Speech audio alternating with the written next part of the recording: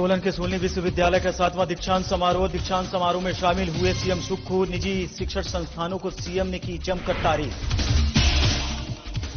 शिमला में कबड्डी एसोसिएशन ने किया कार्यक्रम में सीएम सुक्खू ने की शिरकत। एशियन गेम्स में खिलाड़ियों का किया सम्मान। आईआईटी मंडी का 11वां दीक्षांत समारोह में 565 छात्रों ने प्राप्त की डिग्री। 60 पीएचडी के छात्रों को मिली डिग्री। शिमला में एचआरटीसी लगेज पॉलिसी फेल करने का परिचालक पर लगा आरोप। षड्यंत्र रचने का 2 परिचालक किए गए बर्खास्त। सीएम से मिलने पहुंचे परिचालक। धर्मशाला में अंतर्राष्ट्रीय क्रिकेट मैच का आयोजन। क्रिकेट मैच में धर्मशाला को मिली एक अलग पहचान। कोरोना काल से बंद था क्रिकेट। नमस्कार, स्वागत है आपका। हिमाचल की खास खबरें लेकर हाजिर हूं मैं आपके साथ रवि राजपूत। वहीं सोलन जिले के सोलनी विश्वविद्यालय का 7वां दीक्षांत समारोह आयोजित किया गया, जिसमें सीएम सुखविंदर सिंह सुक्खू ने शिरकत की। कार्यक्रम को संबोधित करते हुए सीएम ने कहा कि हिमाचल प्रदेश में निजी शिक्षण संस्थान शिक्षा के क्षेत्र में बेहतरीन कार्य कर रहे हैं। इस दौरान करीब 2200 विभिन्न डिपार्टमेंट की डिग्री प्रदान की गई। इसी के साथ ही मुख्यमंत्री ने निजी विश्वविद्यालयों को 7वें दीक्षांत समारोह की बधाई दी है।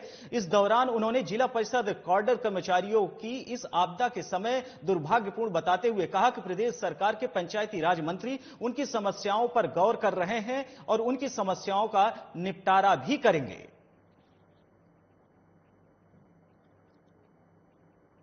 NIRF की रैंकिंग है जो कि सरकार द्वारा करवाई जाती है। पिछले दिनों जब मेरी चर्चा हुई थी तो उसमें 73 रैंक प्राइवेट यूनिवर्सिटी में गवर्नमेंट यूनिवर्सिटी को मिलाकर, सभी यूनिवर्सिटियों को मिलाकर 73वां स्थान है। तो अपने आप में एक बड़ी अचीवमेंट है। और मैं सोलनी यूनिवर्सिटी के फाउंडर्स मेंबर्स को, सोलनी यूनिवर्सिटी के अध्यापक वर्ग को, सोलनी यूनिवर्सिटी के सभी कर्मचारियों को बहुत बहुत शुभकामनाएं देता हूं कि सोलनी यूनिवर्सिटी ने जहां हिमाचल प्रदेश में प्राइवेट यूनिवर्सिटी में तो अपना स्थान बनाया ही है, वहां हिंदुस्तान की जितनी भी सरकारी और प्राइवेट यूनिवर्सिटी है उसमें 73वां स्थान इन्होंने बनाकर रखा है। और इनकी रैंकिंग में आए दिन सुधार हो रहा है। थीसिस लिखे जा रहे हैं, PhD काफी डिग्रीज हो रही है।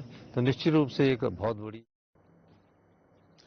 बढ़ते हैं अगली खबर की ओर, जहां शिमला में कबड्डी एसोसिएशन ऑफ हिमाचल प्रदेश की तरफ से आयोजित एक कार्यक्रम में मुख्यमंत्री सुखविंदर सिंह सुक्खू ने बतौर मुख्य अतिथि के रूप में शिरकत की।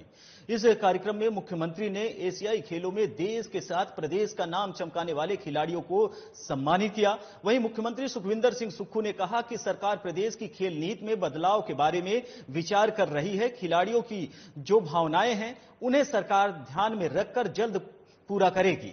सीएम सुक्खू ने इन खिलाड़ियों को देश विदेश का नाम चमकाने के लिए शुभकामनाएं भी दी। वहीं मंडे मीटिंग को लेकर सीएम सुक्खू ने कहा कि अधिकारियों के साथ बैठक की। उन्होंने कहा कि प्रदेश भर में करीब 25,000 इंतकाल के मामले में पेंडिंग पड़े हुए हैं। ऐसे में सरकार के 30 अक्टूबर को विशेष इंतकाल अदालत लगाने का फैसला लिया गया है। इसमें पेंडिंग मामलों को जल्द से जल्द सुलझाने के लिए कहा गया है।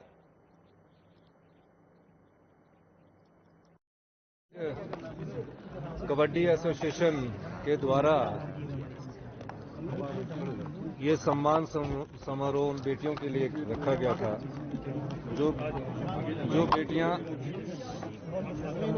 एशिया में हमारा परचम लहराया, देश का परचम लहराया, हिमाचल का परचम लहराया। और मुझे खुशी की बात सबसे ज्यादा ये है कि हिमाचल से कबड्डी में 5 बेटियों ने जाकर एशिया में हिमाचल की धाक को भी बना रखा और हिंदुस्तान के गौरव को भी बढ़ाया है। इस संदर्भ में आज हमारे राजकुमार नीटू जी ने, ये एसोसिएशन जो प्रेसिडेंट है कबड्डी एसोसिएशन हिमाचल प्रदेश के, उन्होंने इस फंक्शन रखा था बेटियों को सम्मान का। सरकार की तरफ से अलग से कार्यक्रम होगा, उसकी रूपरेखा हमने बनाई है। और निश्चित रूप से जिन बेटियों ने सम्मान दिया है उनका सम्मान भी रखा जाएगा और उनकी भावनाओं का ख्याल भी रखा जाएगा। इस दृष्टिकोण से जब सरकारी कार्यक्रम होगा उस समय उनकी घोषणा की जाएगी। देखिए, मैं खेल नीति में बदलाव की जरूरत है और खेल नीति पिछले काफी सालों से चली हुई है हमने नौकरी का कोटा तो रखा है, लेकिन कितने % को नौकरी मिलनी चाहिए उस दृष्टि से भी हमको। वहीं खबर शिमला से है, जहां हिमाचल पथ परिवहन निगम की तरफ से आय में बढ़ोतरी के लिए लागू की गई लगेज पॉलिसी को फेल करने के कथित षड्यंत्र मामले में बर्खास्त परिचालक मुख्यमंत्री और उप मुख्यमंत्री के सामने अपना पक्ष रखेंगे। वहीं आपको बता दें कि रिकांग पीओ यूनिट के बर्खास्त रवि कुमार और सुनील कुमार परिचालकों ने मीडिया से रूबरू होते हुए कहा कि उनकी कोई ऐसी मंशा नहीं थी कि सरकार की वह इस पॉलिसी का विरोध करे। वहीं अनुबंध पर सेवाएं दे रहे हैं परिचालक परिवहन सेवा आचरण नियम, अनुबंध सेवा नियम और निगम की सोशल मीडिया पॉलिसी के उल्लंघन के दोषी पाए जाने पर दोनों परिचालकों को प्रबंधन की तरफ से बर्खास्त किया गया है। वहीं एचआरटीसी से बर्खास्त परिचालक सुनील कुमार ने कहा है कि निगम के प्रबंधन की तरफ से कुछ समय पहले नई लगेज पॉलिसी लागू की गई थी। इस नई लगेज पॉलिसी को फेल करने के षड्यंत्र रचने का आरोप हम दो परिचालकों पर लगाते हुए हमें दोषी ठहराया गया है।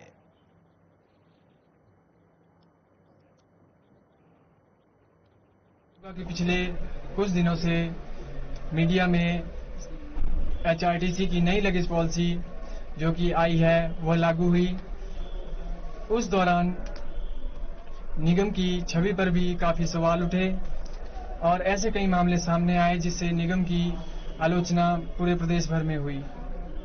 हम भी इसी विषय को लेकर अपने व्हाट्सएप ग्रुप पर केवल अपने परिवार के सदस्यों के बीच यह चर्चा कर रहे थे, न कि किसी ऐसे सार्वजनिक प्लेटफॉर्म पर इस बात को कर रहे थे कि जिससे जनता के बीच गलत संदेश जाता और निगम की छवि जिससे कि खराब हुई हो। बढ़ते हैं अगली खबर की ओर, जहां हमीरपुर में नेहरू युवा केंद्र के मेरी माटी मेरा देश माटी को नमन वीरों का वतन कार्यक्रम में नादौन में केंद्रीय सूचना प्रसारण और खेल मंत्री अनुराग ठाकुर ने बतौर मुख्य अतिथि के रूप में शिरकत की।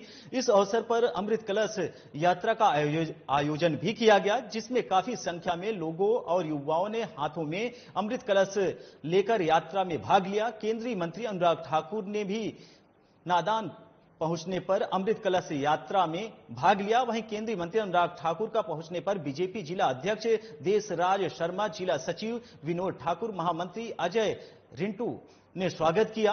आपको बताते चले कि इस मौके पर केंद्रीय मंत्री अनुराग ठाकुर ने कार्यकर्ताओं की तरफ से एकत्रित की गई मिट्टी के कलश से मिट्टी भी एकत्रित की।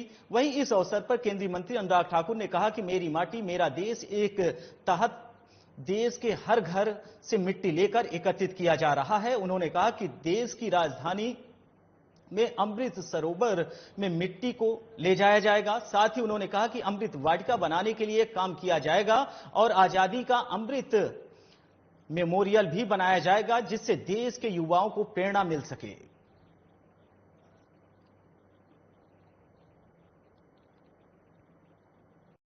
देश आजादी का अमृत महोत्सव का वो कार्यक्रम है जहां देश के हर घर से मिट्टी इकट्ठी करके अमृत वाटिकाएं बनाई जा रही है, शिला फलकम लगाए जा रहे हैं और साथ ही साथ अब इसको ब्लॉक स्तर पे करके यहां से प्रदेश की राजधानी से होते हुए देश की राजधानी में 30 अक्टूबर को देश भर से 75,000 से ज्यादा युवा आएंगे।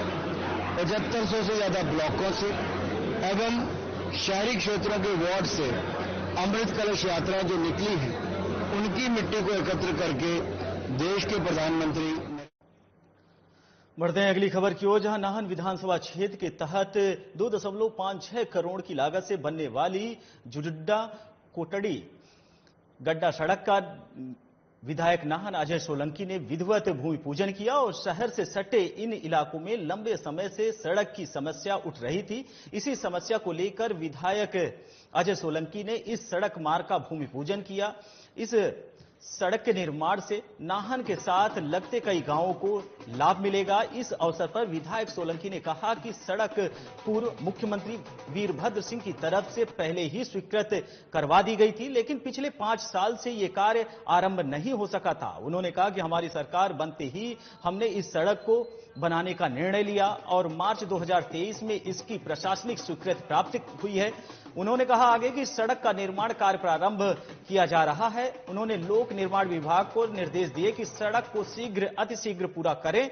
वहीं विधायक अजय सोलंकी ने कहा कि हम दलगत राजनीति से ऊपर उठकर पिछली सरकार के रुके हुए कार्यों को पूरा करके उन्हें लोगों को समर्पित करेंगे।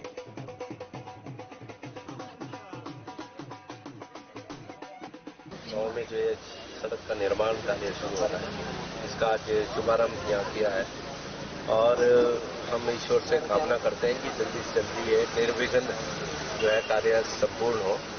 और जैसा कि बड़े लंबे समय से ये मांग चली आ रही थी और मुझे आज भी वो दिन है कि राजा वीरभद्र सिंह जी को सभी गांववासियों ने इसी जगह पर रोका था। और बढ़ते हैं अगली खबर की ओर, जहां आईआईटी मंडी द्वारा आज 60 पीएचडी छात्रों सहित कुल 565 छात्रों द्वारा स्नातक शिक्षा प्राप्त करने पर 11वां दीक्षांत समारोह मनाया गया। इस मौके पर परमाणु ऊर्जा विभाग के सचिव और परमाणु ऊर्जा आयोग के अध्यक्ष डॉक्टर अजीत कुमार मोहंती मुख्य अतिथि के रूप में उपस्थित रहे। वहीं आईआईटी मंडी के बोर्ड ऑफ गवर्नमेंट के अध्यक्ष लेफ्टिनेंट जनरल कंवल जीत सिंह ढिल्लो द्वारा दीक्षांत समारोह की अध्यक्षता की गई। आईआईटी मंडी के जो इंजीनियरिंग बैच 2023 है उनका पासिंग आउट के लिए 11th कॉन्वोकेशन था और आज हमारे चीफ गेस्ट मिस्टर मोहंती जो कि सेक्रेटरी हैं एटॉमिक एनर्जी डिपार्टमेंट के और हमारे डायरेक्टर साहब प्रोफेसर लक्ष्मीधर बेहरा, इनकी अगुवाई में ये इवेंट संपन्न हुआ है और बहुत से बच्चे, करीब 600 बच्चों ने जिन्होंने ग्रेजुएशन की डिग्री हासिल की थी, उनमें से जो आ सके करीब 350 के आसपास वो बच्चों ने खुद आकर के अपनी डिग्री हासिल की। मेरे को बहुत ज़्यादा अच्छा लग रहा है अपनी डिग्री लेकर।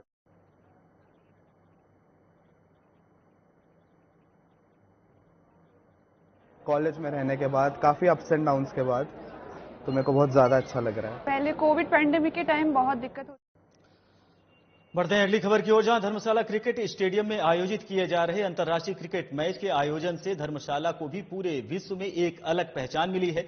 ये बात आज जिला कांगड़ा के उपायुक्त डॉक्टर निपुण जिंदल ने पत्रकारों से बातचीत के दौरान कही है। वहीं उपायुक्त ने कहा है कि ये पहली बार हुआ है कि वर्ल्ड कप क्रिकेट मैच की मेजबानी करने का मौका मिला है। मैं सिर्फ ये कहना चाहूंगा कि ये पहली बार हुआ है कि जो वर्ल्ड कप क्रिकेट की एक मेजबानी जो है वो धर्मशाला को भी एक अवसर प्राप्त हुआ है और एक नहीं दो नहीं इस बार 5 मैचेस जो हैं वो आईसीसी और बीसीसीआई ने जो धर्मशाला क्रिकेट स्टेडियम को दिए हैं और इससे एक बहुत बड़ा बूस्ट जो है वो टूरिज्म को भी मिलेगा, एक बढ़ावा मिलेगा और एक विश्व पटल पर जो। फिलहाल इस बुलेटिन में हमारे साथ इतना ही। नमस्कार।